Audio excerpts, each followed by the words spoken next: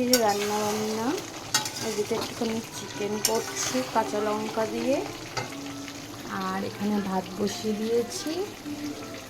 চিচিঙ্গেটা ভাজবো আর একটা উচ্ছে সব রকম সবজি দিয়ে একটা তরকারি করব বড়ি দিয়ে। আজকে খুব দেরি হয়ে গেছে। এতে চিকেন খাবে চলে আসো।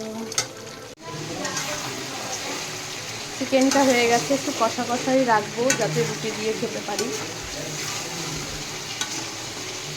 বেশি লাল হয়নি কারণ কাঁচা লঙ্কা দিয়ে করেছি আর গোলমরিচ দিয়ে।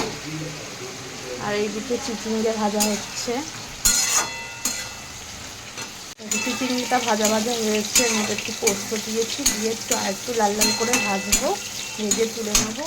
এইদিকে বললাম না সব সবজি দিয়ে বড়ি দিয়ে একটা তরকারি করবো, আলু আর উচ্ছেটা একটুখানি ভেজে নিচ্ছি।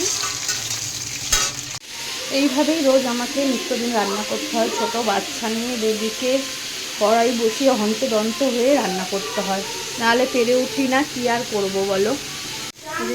চিচিঙ্গে ভাজাটা হয়ে গেছে আর ওই তরকারিটা এখানে হচ্ছে, বড়িগুলো ভেজে রেখেছি, চিকেনটাও রেডি।